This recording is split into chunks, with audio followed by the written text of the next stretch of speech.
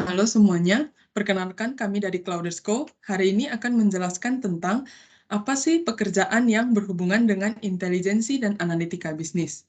Sebelum kita melanjutkan penjelasannya, izinkan kami untuk perkenalkan diri terlebih dahulu. Pertama-tama, nama saya Cynthia dan ada keempat rekan saya, yaitu ada Vina, Miseliana, Rinaldi, dan juga Fiona. Nah, hari ini kita akan menjelaskan dua contoh pekerjaan yang berhubungan dengan intelijensi dan analitika bisnis. Saya akan menjelaskan yang pertama, yaitu HRD atau yang dikenal sebagai Human Resource Department. Nah, HRD atau Human Resource Department ini merupakan suatu bagian dari perusahaan yang juga bertanggung jawab untuk mengelola sumber daya manusia yang berada di perusahaan tersebut, mulai dari perencanaan SDM-nya, mulai dari rekrutmennya, pengembangan manajemen kinerja, penentuan gaji, bonus, sampai menumbuhkan hubungan kerja antar karyawan. Adapun pengertian lain dari HRD, bisa juga HRD ini merupakan suatu rangkaian dalam organisasi yang dilakukan secara terorganisir dalam waktu tertentu yang bertujuan untuk meningkatkan mutu kerja karyawan. Adapun tugas dan fungsi dari HRD, yang pertama adalah perencanaan tenaga kerja. Nah, yang kedua ini merupakan membentuk lingkungan kerja yang aman, nyaman, dan mematuhi peraturan yang telah berlaku. Mengapa dikatakan Human Resource Department ini memiliki tugas untuk membentuk lingkungan kerja yang aman dan nyaman? Nah, mengapa dikatakan membentuk lingkungan kerja yang aman dan nyaman merupakan tugas dari HRD? Karena jika karyawannya tidak nyaman, maka dia akan keluar. Nah, setelah karyawan tersebut keluar, maka HRD harus mencari orang-orang yang ingin melamar di perusahaan tersebut. Nah, yang ketiga merupakan proses rekrutmen dan seleksi. Kita mulai dari proses rekrutmen terlebih dahulu, di mana proses rekrutmen ini merupakan sebuah proses di mana perusahaan dan HRD ini mencari calon karyawan untuk mengisi kebutuhan sumber daya manusia yang sedang kosong di perusahaan tersebut. Pada proses ini, HRD harus melakukan analisis jabatan dan juga menjelaskan deskripsi pekerjaan serta spesifikasi pekerjaan tersebut. Kita lanjut ke seleksi. Seleksi ini berbeda dengan rekrutmen, di mana seleksi karyawan ini, karyawannya sudah ada. Nah, karyawan yang telah melamar ke perusahaan tersebut, mereka akan mengambil CV atau yang dikenal kurikulum vitae-nya, kemudian mereka lihat, mereka memanggil pelamar-pelamar tersebut, dan mereka melakukan interview awal, psikotes, wawancara, dan proses lainnya hingga selesai. Oke, untuk fungsi selanjutnya, melakukan training. Melakukan training berarti mereka menyediakan sarana-sarana untuk karyawan meningkatkan kinerjanya. Nah, selanjutnya merancang program kompensasi dan perlindungan karyawan. Ini sangat penting dalam sebuah perusahaan, di mana HRD merupakan divisi yang memiliki dan diberikan kewenangan untuk mengatur upah, gaji, bonus, kompensasi, dan hal administrasi lainnya. Bukan hanya merancang, departemen ini juga sebenarnya menyusun skema pendistribusiannya kepada karyawan. Dengan adanya tugas ini, seorang HRD diharuskan mampu memahami undang-undang ataupun aturan lainnya yang berkaitan dengan kompensasi dan pengupahan. Dalam rangka meningkatkan kesejahteraan karyawan, seorang HRD melakukan penggajian berdasarkan besaran gaji atau upah yang sesuai dengan kinerja dan tanggung jawab yang diberikan kepada masing-masing karyawan. Selanjutnya, evaluasi kerja. Dengan adanya fungsi penilaian kerja atau evaluasi kerja ini, seorang HR harus mampu memastikan karyawan tersebut bekerja dengan produktif dan kondusif. Penilaian kinerja merupakan hal yang paling dinantikan nih oleh karyawan, tapi ada juga yang merasa itu merupakan sebuah momen yang menakutkan, karena bisa jadi momen ini merupakan penentuan kelangsungan karir mereka. Bagi perusahaan, penilaian kerja ini merupakan evaluasi dalam menilai kinerja karyawannya, di mana perusahaan mampu merefleksikan program pelatihan dan juga pengembangan yang mereka miliki. Yang terakhir merupakan perencanaan karir. Fungsi lain dari seorang HR itu melakukan pengembangan terhadap karyawan perusahaan. Fungsi ini dapat membantu karyawan perusahaan dalam mengembangkan keterampilan yang mereka miliki dan juga yang akan mereka dapatkan untuk melanjutkan hidup di masa depan. Salah satu caranya adalah perencanaan karir. Nah, selanjutnya saya akan menjelaskan apa aja sih keterampilan yang harus dimiliki oleh HRD. Data collect. Dalam perekrutan calon karyawan, HRD harus mengumpulkan dan mengecek data yang ada. Dari data-data tersebut, HRD dapat membuat keputusan yang tepat dalam merekrut calon karyawan secara objektif, efektif, dan efisien. Know what business need. Dalam menentukan kriteria calon karyawan yang akan direkrut, HRD perlu memahami dan mengetahui apa yang dibutuhkan perusahaan seperti pengalaman kerja, kemampuan teknikal, dan lain sebagainya, agar HRD dapat mengambil keputusan yang tepat dalam rekrutmen calon karyawan. Kemudian, prepare for benefit and risk. Dalam proses rekrutmen, tentunya ada keuntungan dan risiko yang didapat. Kelebihannya, jika merekrut karyawan yang tepat, maka akan meningkatkan produktivitas kinerja karyawan sehingga perusahaan dapat berkembang secara optimal. Tetapi jika HRD merekrut karyawan yang tidak sesuai dengan posisi pekerjaan yang ada, maka hasil pekerjaan pada posisi tersebut tidak sesuai dengan yang diharapkan. Marketing strategi. Agar perusahaan dapat maju secara optimal, HRD pastinya membutuhkan strategi. Strategi HRD harus bisa memastikan agar karyawan bekerja seefisien mungkin untuk mencapai tingkat produktivitas kerja yang memuaskan. Penempatan karyawan pada pekerjaan dan tugas yang sesuai dengan kemampuan dan potensi karyawan akan sangat membantu perusahaan agar lebih berkembang. Yang terakhir, like skills dan training. Untuk menjaga keberlangsungan perusahaan ini, program training dan pengembangan SDM harus dilakukan. Dengan adanya program training ini, dapat meningkatkan efisiensi perusahaan dan produktivitas kerja karyawan pun akan meningkat. Selanjutnya saya akan menjelaskan hubungan dalam analitik bisnis. Proses perekrutan calon karyawan. Proses perekrutan yang dilakukan oleh HRD biasanya dimulai dari tahap seleksi, di mana anggota HRD akan mengambil data pelamar dan melihat latar belakang pendidikan, pengalaman kerja, serta skill yang dimiliki oleh calon karyawan tersebut. Dalam proses perekrutan calon karyawan, HRD pasti memerlukan data-data yang relevan, sehingga HRD dapat menganalisis dan membuat keputusan yang tepat dalam rekrutmen. Struktur susunan pekerjaan karyawan. Jika tidak ada struktur susunan dalam suatu perusahaan, maka pembagian tugas atau pendataan data karyawannya tidak teratur. Jika teratur, maka sistem perusahaan pun akan tersusun lebih rapi. Selanjutnya, manajemen kinerja karyawan. Dalam manajemen kinerja karyawan, HRD pasti menganalisis data karyawan dan menilai kinerja karyawan selama bekerja di perusahaan. Hal-hal yang menjadi penilaian HRD adalah apakah karyawan tersebut telah bekerja secara optimal dan efisien, sehingga semua proses dalam perusahaan dapat berjalan dengan lancar. Selanjutnya, proses payroll, benefit, dan compensation.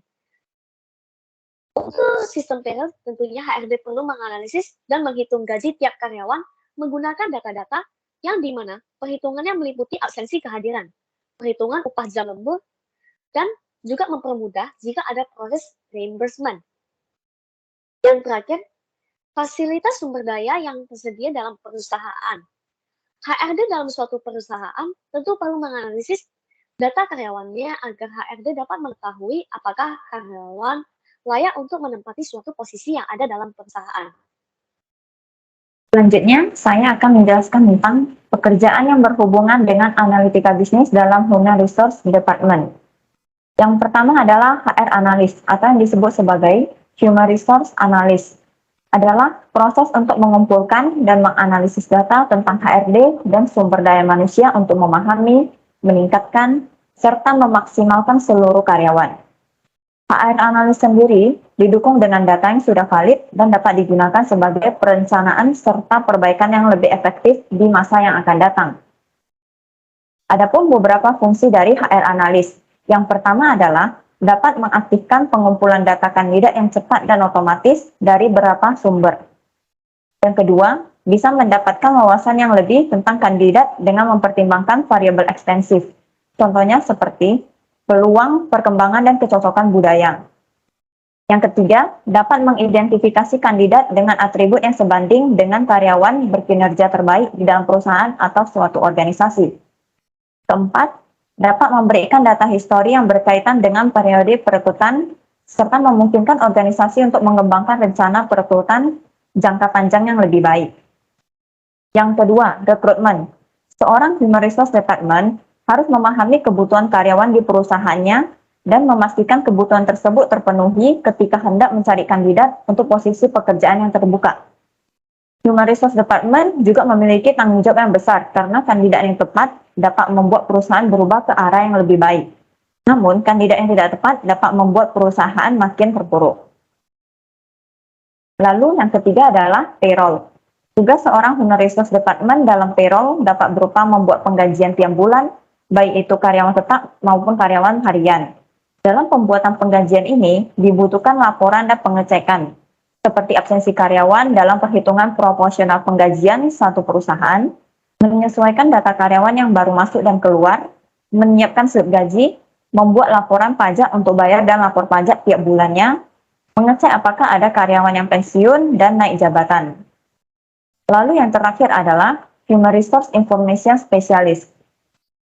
Human Resource Information Specialist ini bertanggung jawab untuk membuat, mengembangkan, dan memperbaiki sistem dan teknologi terkait karyawan dalam suatu organisasi, termasuk di dalamnya data pribadi karyawan, gaji, dan absensi.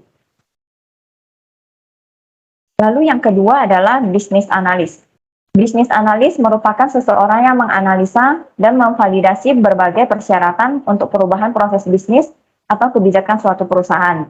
Business Analyst juga berperan besar dalam menggerakkan organisasi ke arah efisiensi, produktivitas, dan profitabilitas, serta bertanggung jawab untuk menjembatani kesenjangan antara teknologi dan bisnis menggunakan analis. Posisi Business Analyst terlibat dengan para pimpinan di tim bisnis dan teknologi. Selanjutnya, saya akan menjelaskan apa sih fungsi dan tugas bisnis analis. Yang pertama, seorang bisnis analis perlu menganalisis perilaku konsumen, mengevaluasi proses bisnis, dan data pasar yang dimiliki perusahaan saat ini. Selanjutnya, bisnis analis perlu menganalisis struktur organisasi dan kebijakan yang berlaku pada suatu perusahaan, agar dapat lebih efektif dan efisien. Tugas bisnis analis yang ketiga yaitu memberikan solusi yang tepat dalam upaya meningkatkan mutu layanan dan kinerja bisnis untuk mencapai tujuan perusahaan. Selanjutnya, bisnis analis juga perlu melakukan analisa biaya untuk menilai apakah pengembangan suatu produk membutuhkan pegawai atau software baru. Tugas bisnis analis yang kelima yaitu bisnis analis harus dapat membuat rancangan database sesuai dengan hasil analisanya, agar programmer dapat mengerti dengan alur proses bisnisnya. Yang terakhir, melakukan monitoring dan evaluasi data dari berbagai pengolahan data, baik dari jurnal, koran, atau yang lainnya, untuk membuat sistem yang mengikuti kemajuan teknologi. Selanjutnya, keterampilan yang harus dimiliki oleh seorang bisnis analis. Yang pertama adalah problem solving. Seorang bisnis analis harus memiliki kemampuan problem solving agar dapat menemukan berbagai masalah dari semua perspektif, menganalisa kendala yang ada, dan merekomendasikan solusi yang tepat. Yang kedua, analytical and critical thinking. Seorang bisnis analis harus menganalisis dan menerjemahkan kebutuhan suatu organisasi dengan akurat dan jelas. Berpikir kritis membantu seorang bisnis analis dalam menilai beberapa pilihan pada solusi yang diinginkan. Berpikir kritis juga memungkinkan seorang bisnis analis untuk memprioritaskan bisnis. Selanjutnya, negotiate and make decision.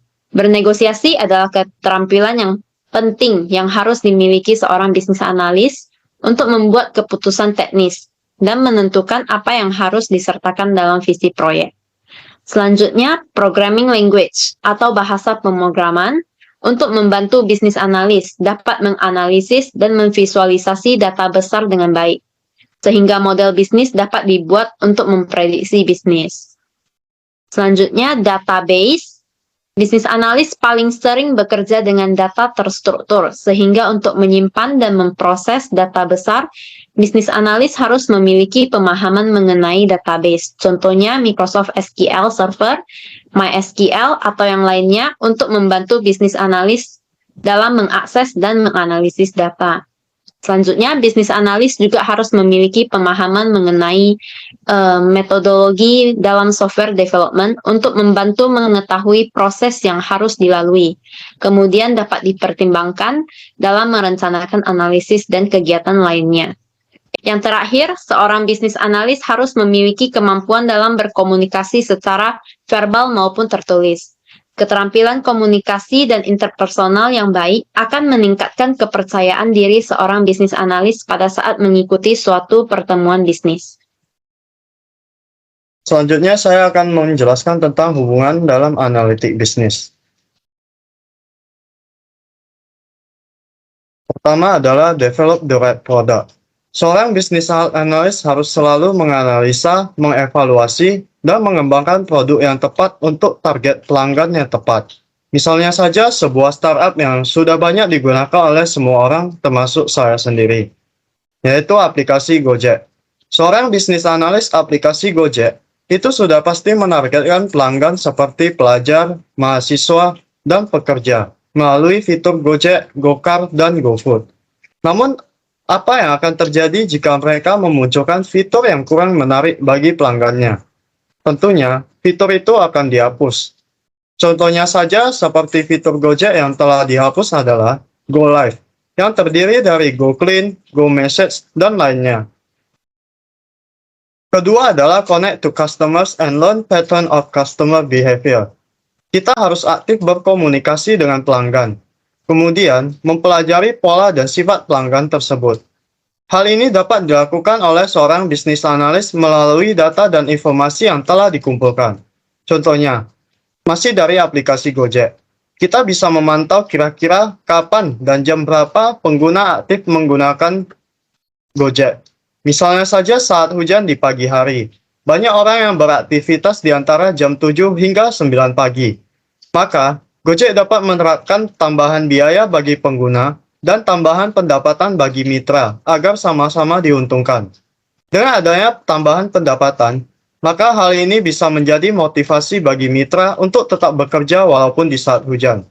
Ketiga adalah run business effectively. Poin ketiga ini kurang lebih fungsinya sama dengan poin yang pertama, yaitu menganalisa dan mengevaluasi apakah bisnis kita sudah berjalan dengan efektif. Biasanya, setiap perusahaan ada standar yang digunakan sebagai tolak ukur apakah performa bisnis tersebut sudah berkembang atau menurun. Contoh tolak ukurnya bisa saja dari data penambahan pengguna harian, peningkatan pendapatan, dan lainnya. Keempat adalah detect inefficiencies. Bisnis analis harus dapat mendeteksi apakah ada hal yang membuat bisnis kita terhambat ataupun membuat bisnis menjadi tidak efisiensi.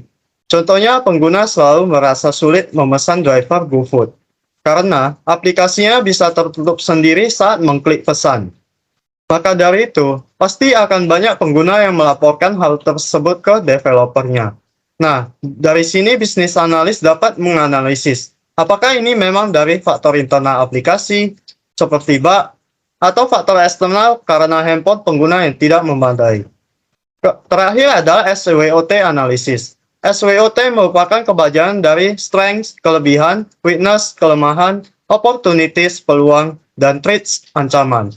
Bisnis analis dapat membandingkan apa kelebihan dan kelemahan aplikasi Gojek dari aplikasi serupa lainnya. Apakah ada peluang bisnis yang menguntungkan dengan menambahkan fitur baru? Dan hal yang paling penting adalah mengetahui apakah ada ancaman atau hambatan yang terjadi dalam bisnis kita. Semua hal tersebut tentunya berhubungan dengan analitik bisnis. Semua masalah ada solusi, namun semua solusi tidak dapat memecahkan masalah. Berikut adalah contoh pekerjaan yang berhubungan dengan analisis bisnis, yaitu IT Business Analyst, yang tugasnya menganalisis bisnis yang berhubungan dengan infrastruktur TI. 2. Data Scientist, yang diharuskan memiliki keterampilan algoritma machine learning yang digunakan untuk memprediksi peristiwa masa depan bisnis menggunakan pengolahan data. Ketiga, Quantitative Analyst, sebagai spesialis statistik untuk permasalahan ekonomi dan manajemen risiko dalam sebuah bisnis. Keempat, Manajemen Analyst. Manajemen analis sering disebut sebagai konsultan bisnis untuk meningkatkan efisiensi perusahaan.